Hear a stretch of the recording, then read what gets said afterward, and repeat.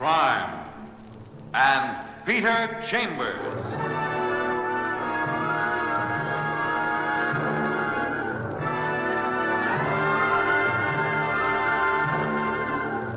Created by Henry Kane, transcribed and starring Dane Clark.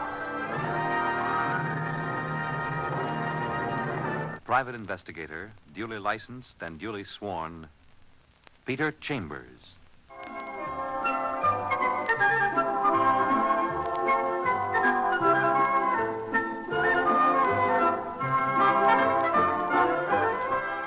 You're a private eye. That's your business. Anything else, that's for laughs. You're strolling along Fifth Avenue on a beautiful spring afternoon, and you stop at the window of Fitch's department store for a peek at the styles. And then suddenly, she's there beside you. A tall blonde with curves, an electric blonde with voltage. She looks undecided, seems as though she wants to say something, and, well, maybe spring has gotten into you. So you start the ball rolling with a deckless piece of dialogue. Beautiful day, isn't it? Yes, lovely. And the weather, it's perfect for strolling. Yes. May we stroll? Yes, of course. My name is Angela Wentworth. I'm Peter Chambers. We're going to call on my uncle, Mr. Chambers. We'll go there directly, if you don't mind. Uncle, she says. We're going to call on my uncle. Well, it's springtime in Manhattan, and the squirrels are out. But if that's the way she wants it, she's far too beautiful to argue with. So you accompany her to Madison, and in the elegant hotel, you ride up to the Tower apartment, and she nibbles with delicate knuckles on a thickly impressive door. My uncle isn't well. I don't want to wake him if he's sleeping. Do you have a key? Yes, as a matter of fact, I do. Well, then let's use it, huh? Oh, yes, I shall.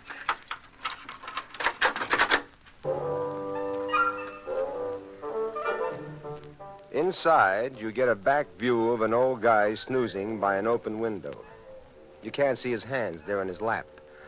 Angela taps you, and you tiptoe behind her into another room. She sits down and crosses her legs, and you've got trouble keeping your eyes away from her knees. But you manage. Well, do you have it? I beg your pardon? Did you bring it? Bring what? The earring. Earring? What? Where's my handbag? Handbag. Well, here it is. Oh, thank you. Yeah? Here. Read this. A clipping which I tore from the personal column of the Times. Please read it. Out loud. All right. Let me see now. If the lady who lost an earring at the art students' ball Friday evening will meet me in front of Fitch's department store Tuesday afternoon between 2 and 2:30, I shall be happy to return. Now, do you understand? Yes, I do, and I'm terribly sorry. Sorry? But why? Look, Miss Wentworth, I didn't insert that ad. You didn't, but... No, I just happened to be there, and, well, you were there, and, well, conversation sprang up. Oh. It's funny. Yes. Really funny. But I do think you ought to go now.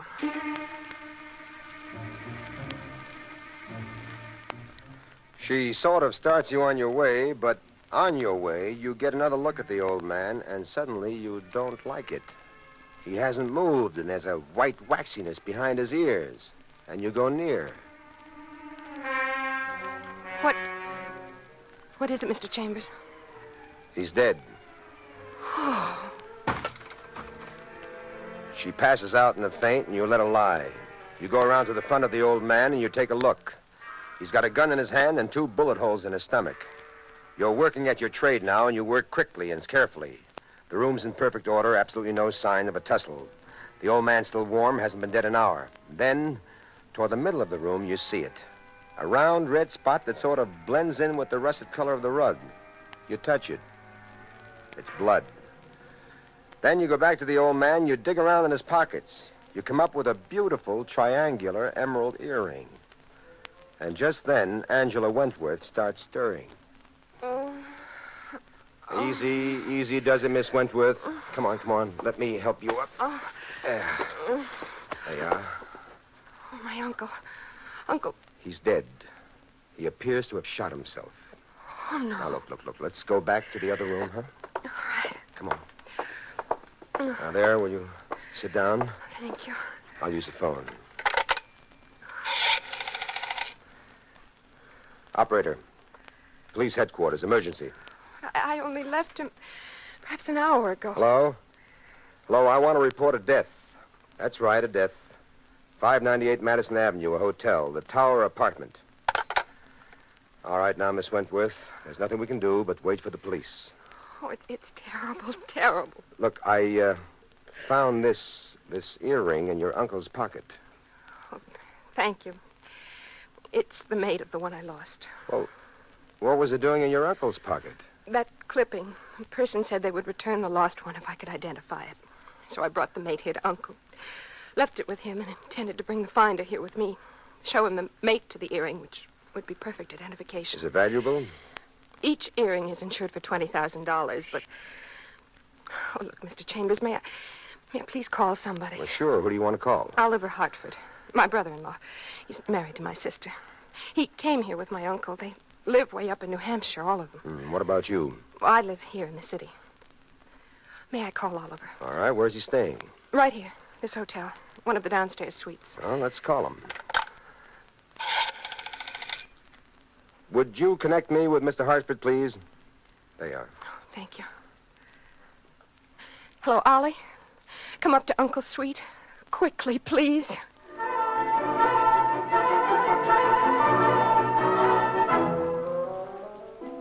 The guy shows. Oliver Hartford, big, young, and brawny. He sort of takes over in the comfort department for his sister-in-law. And presently, there's an onslaught of cops, medical examiner, fingerprint men, and the works. And boss man of the works, your good friend, Detective Lieutenant Louis Parker. Looking a little harassed today, but working with his usual competence. And then, after they're all done and the medical examiner has made his report and the body has been taken out, Parker takes you aside and you fill him in on your end of the deal. Well, they got me working today. I got 3 unfinished cases. Now this thing pops up. It never rains. Medical examiner says suicide. The girls identified the gun as the old man's. M.E. says time of death, 2 o'clock. Door was locked. Who else had keys? Nobody but the old man. He lent his to the girl, and she was with you when the thing happened. Check. Suicide, period. Boy, I am busy today. Now, let me go in and talk to those 2, the relatives, and then I'll beat it out of here. Sure, Louis. Let me go talk to them. All right, then, Miss Wentworth, Mr. Hartford. Oh, by the way, Mr. Chambers here is a private detective, and one of the best. So, just in case either of you are not satisfied with the way the police may be handling Oh, well, this- we're perfectly satisfied, Lieutenant, of course. All right, then, let's get some of the facts out of the way. Name of deceased, Robert Wentworth, a rich man, ex-oil man, worth many millions, retired, widower. Yes, his only 2 living relatives, his nieces. Miss Angela Wentworth, of course, my wife, Marie Wentworth Hartford. Where's your wife now? Why, she's at home up in New Hampshire. See, I came in with Uncle Robert last week. Okay. Medical examiner says suicide, and every external item points to suicide. Time, 2 o'clock. Now, where were you at 2 o'clock, Mr. Hartford? In my room, napping. And you, Miss Wentworth? With Mr. Chambers on 5th Avenue near Fitch's department store. I'll corroborate that, Lieutenant. Thank you, Mr. Chambers. You're very welcome, Miss Yeah, Wentworth. all right. Sorry, lost my head. Now, this suicide thing, would Mr. Wentworth be disposed to suicide? Oh, yes. No well, question one at a about time. Now, please, one at a time, huh? You, Miss Wentworth. Well, Lieutenant, my uncle was very ill. He was here for an operation. The doctors gave him very little chance. Did he know that he had this very little chance? Yes, of course he knew it. Better than any of us. Yeah. Seems to be clean cut, no loose ends. Mr. Hartford. Yes, sir. Would you accompany me downtown? I need a member of the family, many little items of routine. Why, yes, of course, Lieutenant, of course.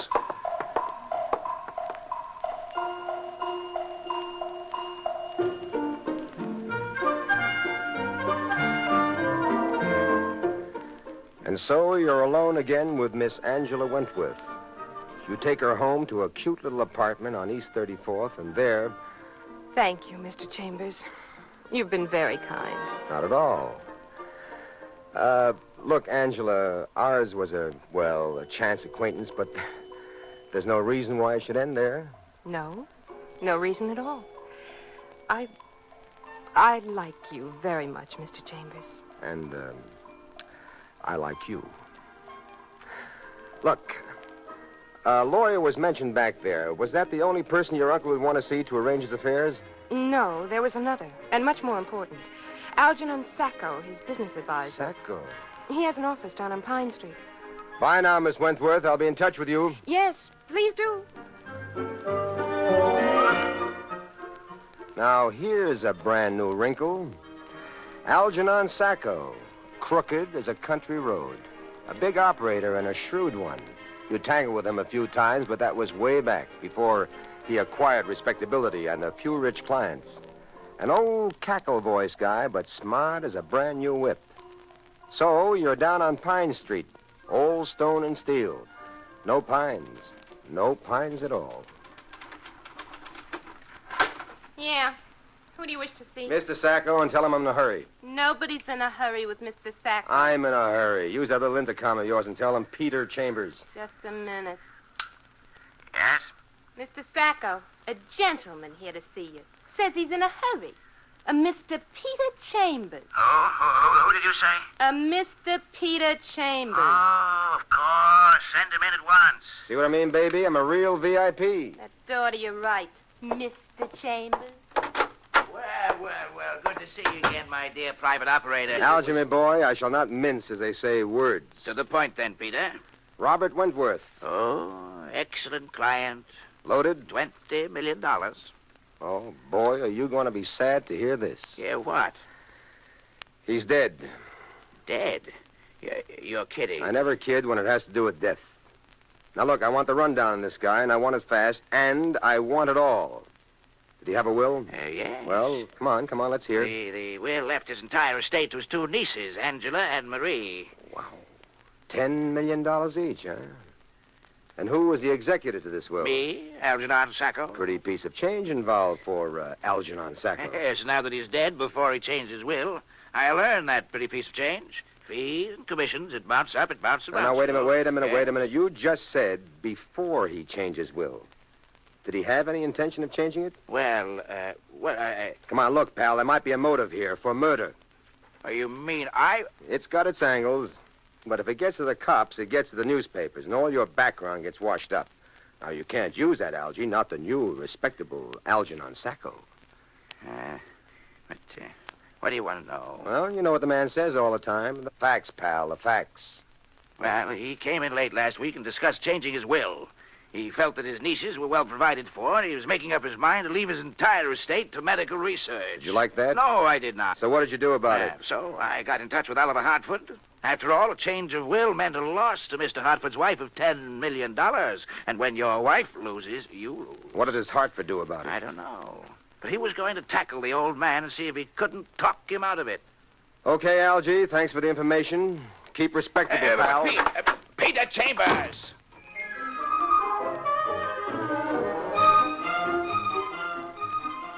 You're working now.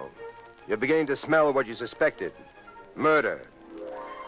You get up to Angela Wentworth's place and she opens the door for you and your eyes pop. She's wearing blue silk lounging pajamas and she has a pony of brandy in her hand. Blue silk lounging pajamas. They were born to be worn by Angela Wentworth. It's good to see you again, Mr. Chambers. Likewise, Miss Wentworth. You, seem to be rolling with the blow. Well, I've been thinking about it. Uncle Robert was an old man and very ill. Perhaps it was for the best. Look, at the ball you attended when you lost your earring... Would you like some brandy, Mr. Chambers? Well, I'll take a rain check on it. Now, that ball you attended, who went with you? I mean, who was your escort? Oliver, my brother-in-law. Uncle insisted. I think I had one cocktail too many at that ball. That earring was gone before I realized it. Mr. Chambers? Mr. Chambers, where are you going?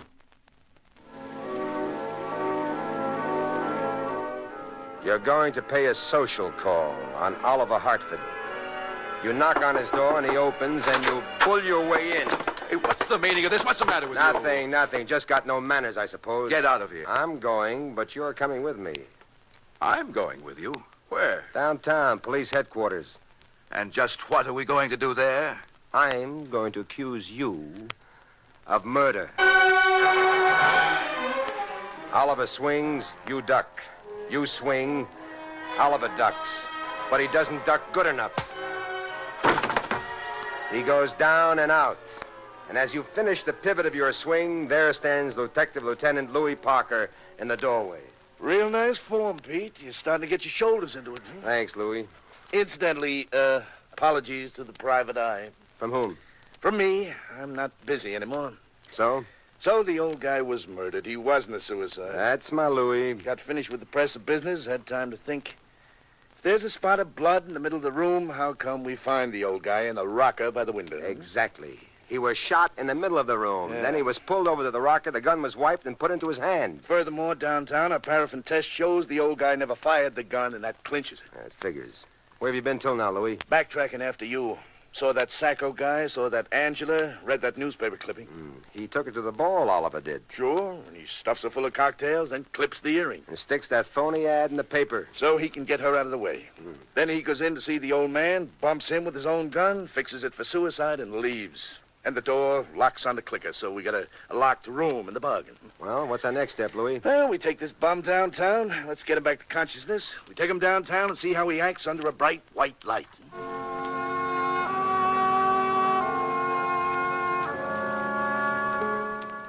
Oliver Hartford at headquarters gets closeted with Detective Parker and a host of excellent interrogators. You wait across the street in Luke McCool's Lonesome Bar and Grill. You sip on a stinger and you ponder. It figures for about 2 hours. Brother, when cops know you done it, and you're an amateur, you're a blustering wise guy for part of the way, but pretty soon you break wide open. Unless you're very smart or very stubborn. And you've got a feeling that Oliver may be very stubborn. So you're off and running, and you're making tracks again for Angela Wentworth's place. Come in, Mr. Chambers. You're becoming quite a regular visitor. And I like it. You like it, too, but you don't have the time. I offer brandy. Again, Mr. Chambers. And again, I've got to refuse. Double rain check this time, Miss Wentworth. Now, look. That earring, may I have it? The earring? Look, may I call you Angela? Oh, please do. Well, you can trust me with it. I had it once, and I give it back to you, remember? Yes, but why... Please, let me have it, and I'll return it to you. And when I do, I've got a hunch I'll have the time for, perhaps a brandy or two. All right, Mr. Chambers. Here it is.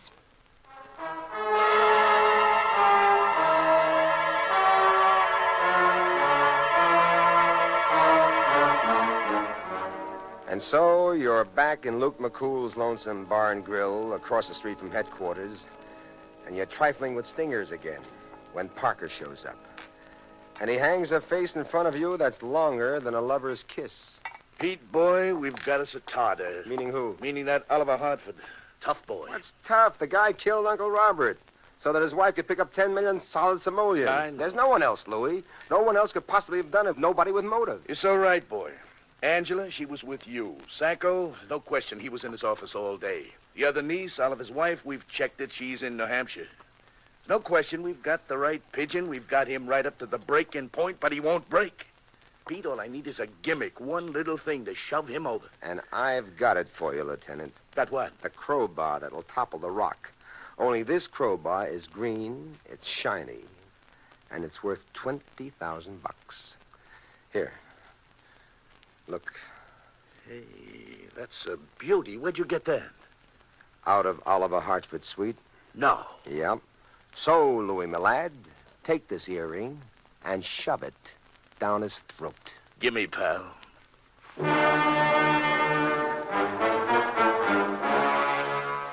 So you're alone once more, and you've got your fingers crossed. Psychologically, it fits. But if it blows up, you're going to be in the middle of the explosion. If it blows, it'll blow all over you. But 20 minutes later, Park is back, and he's beaming. He returns the earring and he claps you on the back. And a clap on the back from Parker is like a jolt to the jaw from Marciano. Got him good. Full confession. The works. Broke him down completely. Oh, and now he's up the other alley pleading for leniency. You tricked him, Louis. I tricked him. No, not me. That's my pride. I'm a straight cop. I tricked nobody. I know. So I had to trick you into tricking him. What are you talking about? The emerald earring. What about it? It's the wrong one. It's the one out of Uncle's pocket. The mate to the one that disappeared. The wrong one? Well, then where's the right one? Well, it must be where, psychologically, it ought to be. Now, you had the guy on the brink, Louis. There wasn't time to go looking for the right one, so I used the wrong earring for the right purpose, and it worked. So now... Let's go find the right one.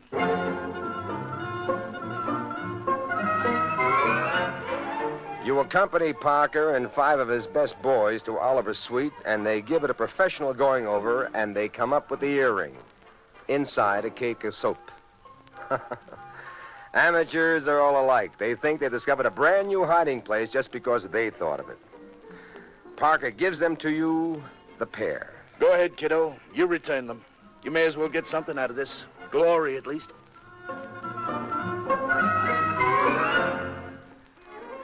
And so the private eye, in proper tradition, is back where he belongs, in the beautiful lady's apartment. He partakes of a bit of brandy, and then he presents her with a complete set of emerald earrings.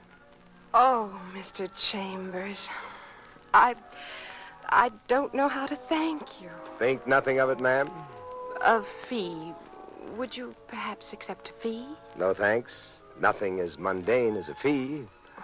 But I just don't know how to thank you. Well, you think about it, Angela. Just sip your brandy and think.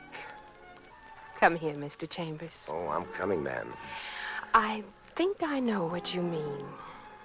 Something like this? Oh, Mr. Chambers.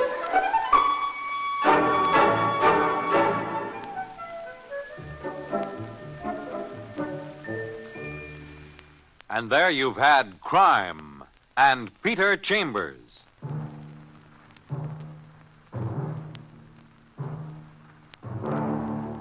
Dane Clark was starred as Peter Chambers.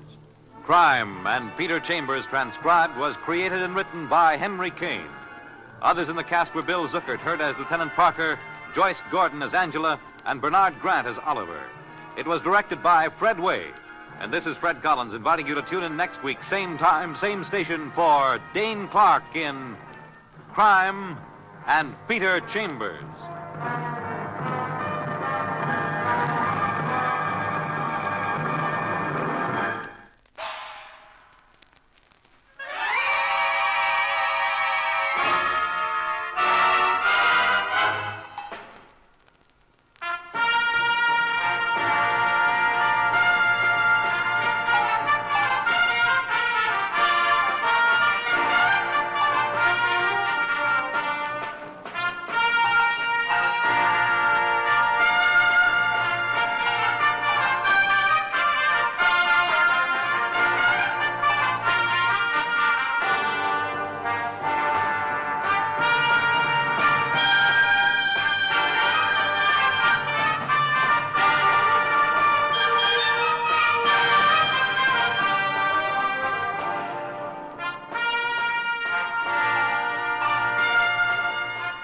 Crime and Peter Chambers has come to you through the worldwide facilities of the United States Armed Forces Radio and Television Service.